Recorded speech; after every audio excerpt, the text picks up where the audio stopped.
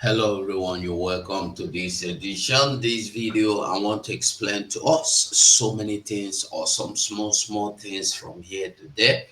From Obasanjo, this man you're looking at here in the center of the screen, Ken Sarowiwa. Many people must have forgotten him. Many people may have forgotten him, but we have not forgotten. Like Amazon and they can always said, we do not forget and we do not forgive.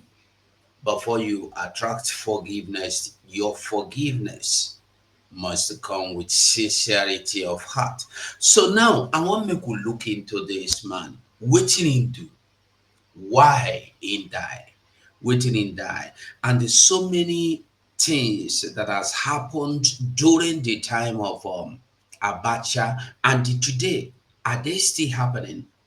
Or has there been anything like change, or is there anything like change? Because just yesterday we saw people be encouraging the things wey they encourage as the waka for southeast.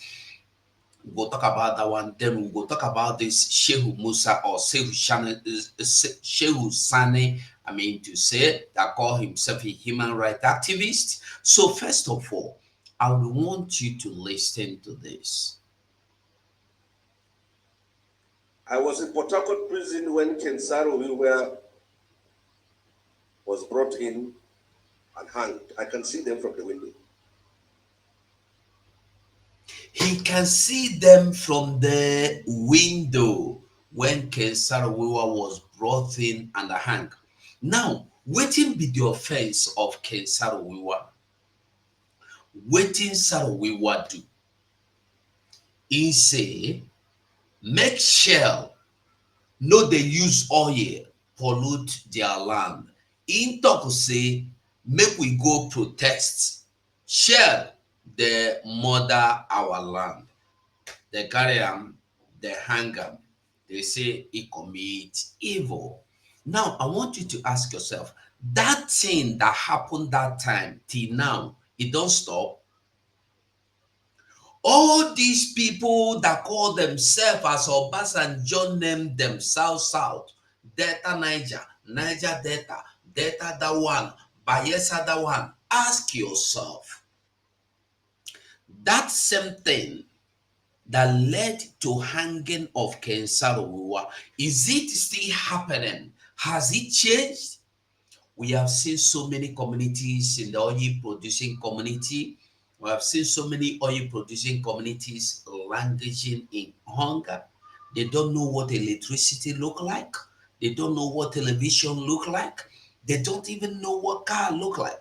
Most of them die within the creek after the whole days of their life, maybe 80 years, 100 years, they die there. They don't even know what outside world look like. Their whole life ended inside there.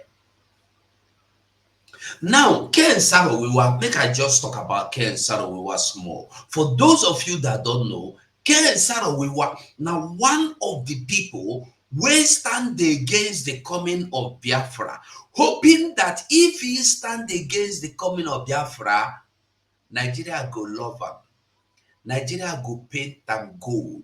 Nigeria go make am king in Ogoni land.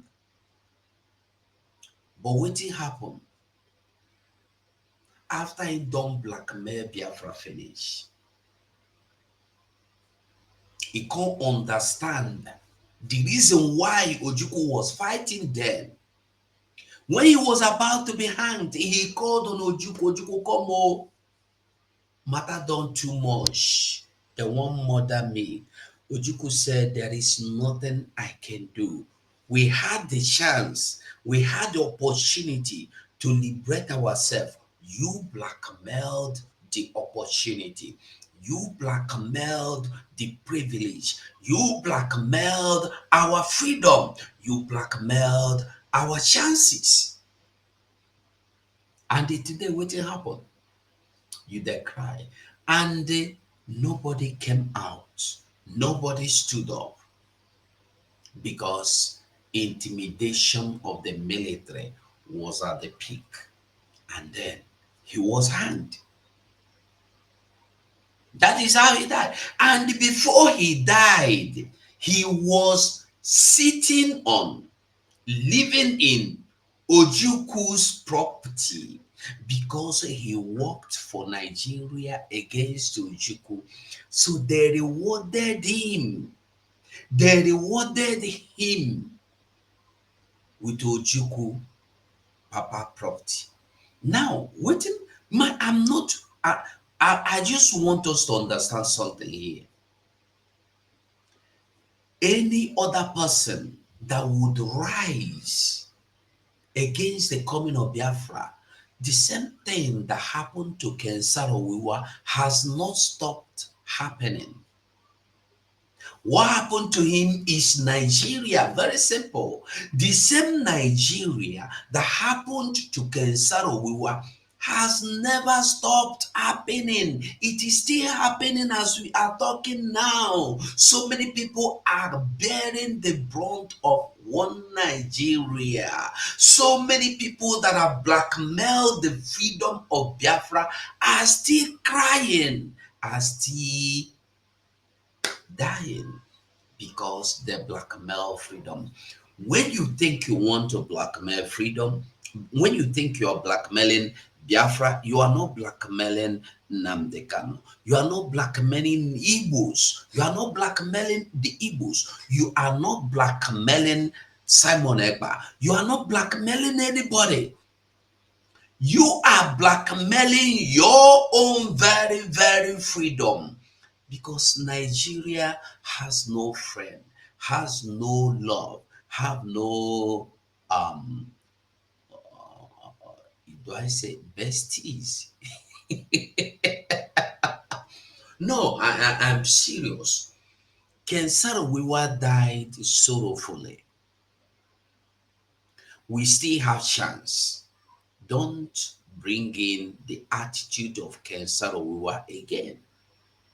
Now, a northerner is coming to remind us that Ken Sarowiwa was hanged. Have you asked yourself, why was Ken Sarowiwa hanged? What did he do wrong? Nothing. Just because he asked that his community must not be allowed to bear the brunt of the blessings given to them. Their blessings was turned into sorrow, into pains, into anguish. That was why he died. Let us hear Shehu Musa. Listen. The former governor of River State, and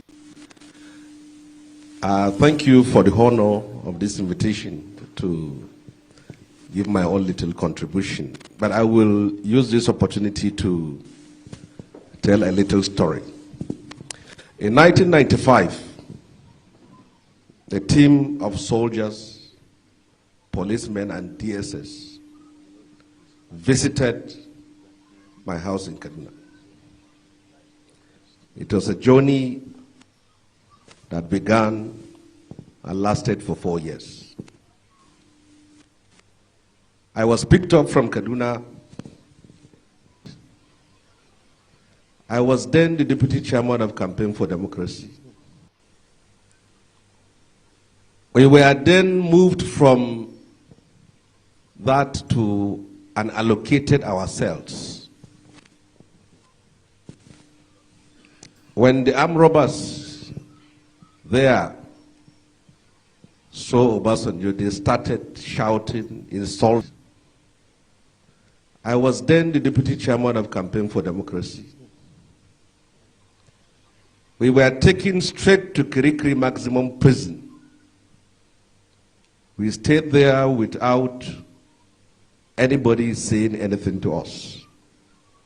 When we arrived at Kirikiri Prison, we were given our blankets and a plate of food.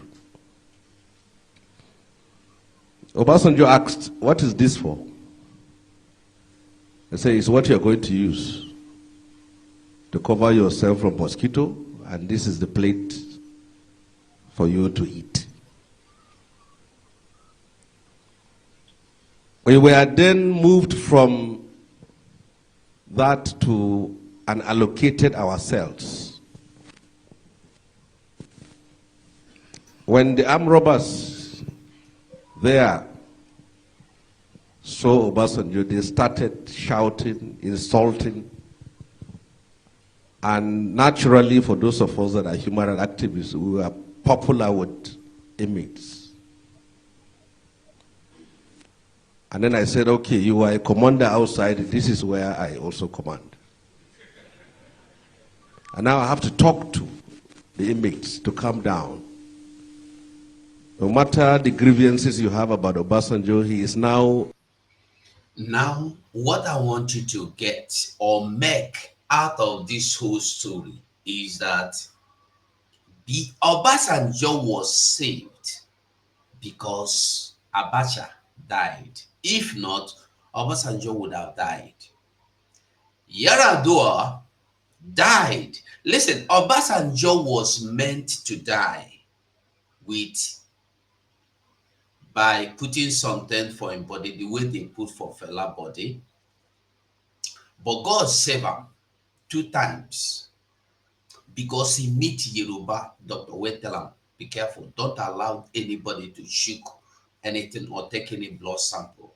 But the same thing where he escape, Yaradua go. Now make Yaradua no alive.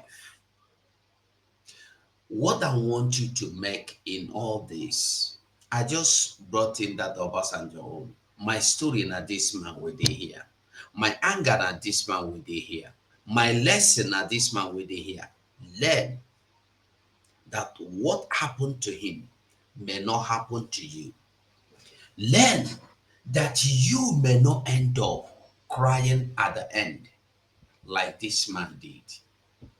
Learn we have our life to live. May Nigeria not happen to anybody.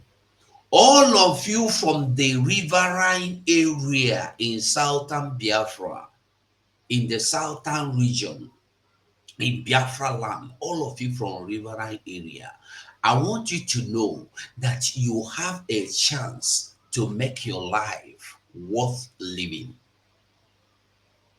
You have a chance to stop criminals from calling you criminals.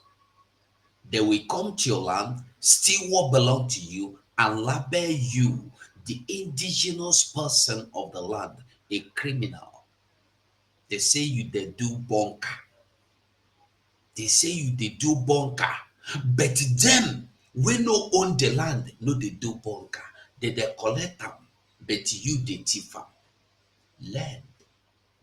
I beg you, learn. Join hands together for your freedom. You have the chance to make it up to yourself. Or the same thing,